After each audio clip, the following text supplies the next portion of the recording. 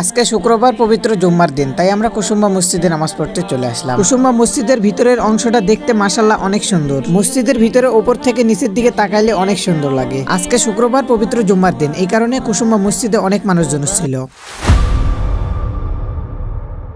Hello guys, welcome back to my channel. আমি মাহফুজ রানা আপনাদের সামনে সুন্দর একটি ব্লগ ভিডিও নিয়ে চলে আসলাম। আজকের এই ব্লগ ভিডিওটি খুবই ইন্টারেস্টিং হতে যাচ্ছে, তাই সবাইকে শেষ পর্যন্ত দেখার অনুরোধ রইল। তো দেখতেই পাচ্ছেন আমি আমার ক্যামেরাম্যানকে নিয়ে সকাল সকাল বেরিয়ে পড়েছি। তো আজকের এই ব্লগ ভিডিওতে আমি আপনাদেরকে দেখাবো নওগাঁ জেলা মান্দা থানার ঐতিহাসিক নিদর্শন, যা হলো কুসুম্বা মসজিদ নামে পরিচিত। সবচেয়ে মজার ব্যাপার হলো এই কুসুম্বা মসজিদটি আমাদের বাসা থেকে মাত্র 1 কিলোমিটার দূরে অবস্থিত। তো দেখতেই পাচ্ছেন আমি এখন গাড়ি থেকে নেমে গেলাম। গাড়ি থেকে নেমে কুসুম্বা মসজিদের উপরের দিকে রওনা দিলাম। আর এই ঐতিহাসিক কুসুম্বা মসজিদটি হলো আমাদের নওগাঁ জেলা মান্দা উপজেলায় অবস্থিত। এটি শুধু মসজিদ নয়, এটি আমাদের ইতিহাস ও ঐতিহ্যের একটি গুরুত্বপূর্ণ অংশ। বহু বছর আগে নির্মিত এই কুসুম্বা মসজিদটি আজও তার সৌন্দর্য ও ঐতিহাসিক গুরুত্ব ধরে রেখেছে। ইতিহাসে জানা যায় এই ঐতিহাসিক কুসুম্বা মসজিদটি সুলতানি আমলে নির্মিত করা হয়েছে। সো আমরা বাসা থেকে আসতে আসতে আজান দিয়ে দিয়েছিল, যার কারণে মসজিদের সামনে চট বিছিয়ে দিয়েছিল মানুষ নামাজ পড়বে বলে। তো মসজিদের সামনে দেখতেই পাচ্ছেন সুন্দর একটি ঘাট রয়েছে, আর ঘাটের নিচে কিন্তু দিঘি, অনেকে আবার পুকুরও বলে। আর আজকে যেহেতু শুক্রবার, এই কারণে মানুষজন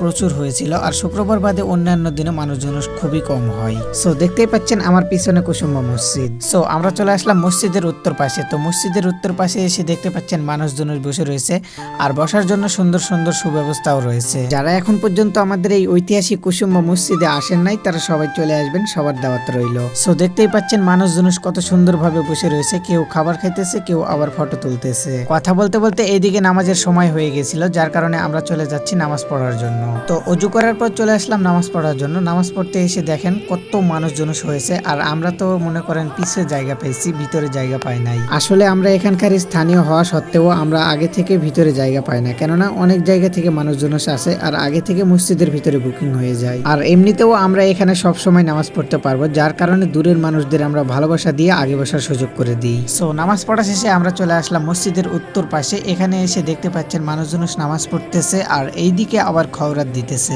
আর মজার ব্যাপার হলো, আপনি যদি এখানে সিন্নি নিয়ে আসেন তাহলে অবশ্যই প্যাকেটিং করে নিয়ে আসতে হবে, আর না হলে আপনার গামলাটাই পুরোটা হারিয়ে যাবে। কেননা অনেক মানুষজন অনেক দূর দূরান্ত থেকে আমাদের কুসুম্বা মসজিদে ঘোরার জন্য আসে। আসার পর খাবারের হোটেল না থাকার কারণে তারা খওরাত নিয়ে কাড়াকাড়ি লেগে যায়। তো সামনে দেখতেছেন নামাজ পর খাগড়াই বাড়তেছে।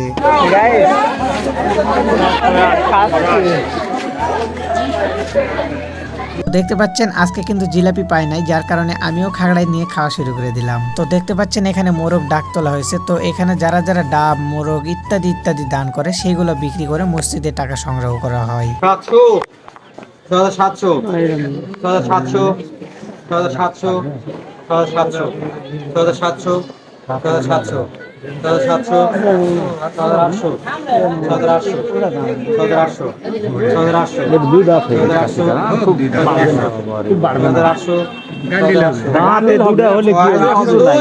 না খেলে হবে না। 802 900 900 7000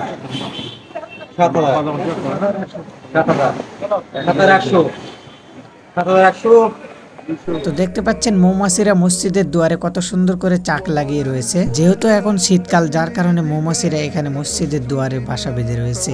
আর এখানকার মজার ব্যাপার হলো যে এই মৌমাছির মধুগুলো অনেক সুস্বাদু হয়। মসজিদের সাইডে ওইটা দেখতে পাচ্ছেন, ওইটা হচ্ছে তেঁতুলের গাছ। এখন যে গাছটি দেখতে পাচ্ছেন এটা হচ্ছে সুপারির গাছ। এটা একদম মসজিদের সামনেই লাগানো রয়েছে। আর এখন যে কালো জিনিসটি দেখতে পাচ্ছেন এটা হচ্ছে কালো পাথর। আর এখানে যে আরবি ভাষায় কি যেন লেখা আছে, এইটা এখন পর্যন্ত কোনো হুজুর বা মুরব্বি বলতে পারে নাই। এটার বিষয়ে বলতে গেলে ব্লগ ভিডিওটি অনেক বড় হয়ে যাবে, তাই আর বললাম না। সো এই ঐতিহাসিক কুসুম্বা মসজিদটি কালো পাথর দিয়ে তৈরি, যার কারণে এই মসজিদকে কালো পাথরের মসজিদও বলা হয়। সো যারা এই মসজিদটি চিনেন না, তারা অবশ্যই কাগজের 5 টাকার নোটে ফলো করবেন, তাহলে দেখতে পাবেন। আর এই কুসুম্বা মসজিদের যেসব আইন শৃঙ্খলা বাহিনী রয়েছে, তাদের সাথে সুন্দর একটা সম্পর্ক রয়েছে আমার, যাদের সাথে সবসময় আমরা উঠা বসা করে থাকি। সো গাইস, এই কুসুম্বা মসজিদের আইন শৃঙ্খলা বাহিনীদের সাথে একটু কথা বলবো। তারা এখানে কাজ করতে পেরে তাদের মনের অনুভূতিটা কেমন, তাদের থেকে একটু শুনবো আসলে।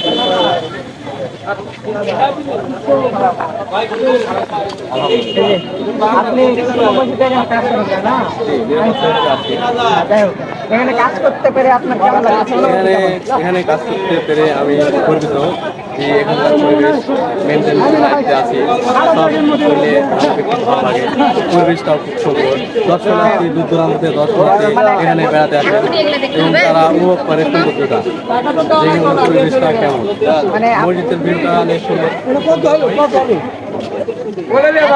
So, এখন আমি আপনাদেরকে দেখাবো মসজিদের ভিতরের অংশ। এর জন্য আমি অজু করে মসজিদের ভিতরে প্রবেশ করলাম। তো মসজিদের ভিতরে এসে দেখতে পাচ্ছেন ডাবর। তো এই ডাবরগুলো মোট 6টি রয়েছে। সো দেখেন কত বছর হয়ে যাচ্ছে, তারপরেও কিন্তু ডাবরগুলো সেই আগের মতোই রয়েছে। খিলান আর কারুকাজ সেই সময়ের স্থাপত্য শৈলীর অসাধারণ উদাহরণ। এই ঐতিহাসিক কুসুমা মসজিদের দেওয়ালে সুন্দর নকশা ও পাথরের কাজ দেখা যায়। সো দেখতেই পাচ্ছেন মানুষ জনুষ কম থাকার কারণে ভিতরের পরিবেশটা অনেক মনোরম ও শান্তশিষ্ট। এত বছর পেরিয়ে যাওয়ার পরেও এই মসজিদটির গঠন এখনো মজবুত ও শক্ত রয়েছে। সো মসজিদটি আপনাদেরকে পুরোপুরি দেখানোর জন্য আমি আবারও উপরের দিকে চলে যাচ্ছি। উপরের দিকে এসে আপনাদেরকে সুন্দরভাবে মসজিদটি দেখানোর চেষ্টা করব। তো মসজিদের উপর থেকে নিচের দিকে তাকাইলে দেখেন মাশাআল্লাহ অনেক সুন্দর লাগতেছে। সো দেখতেই পাচ্ছেন কালো পাথরের উপর কত সুন্দর করে খোদাই করে নকশা করা হয়েছে। সো আমরা ভিতরের অংশটি যতটুকু পেরেছি আপনাদেরকে দেখানোর চেষ্টা করেছি। এখন আমরা বাইরের অংশটিকে আপনাদেরকে দেখানোর চেষ্টা করব। সো এখন আমরা মসজিদের বাইরে চলে আসলাম। মসজিদের বাইরে এসে দেখতে পাচ্ছেন কতজন ছবি উঠাইতেছে, অনেক ভালো লাগতেছে।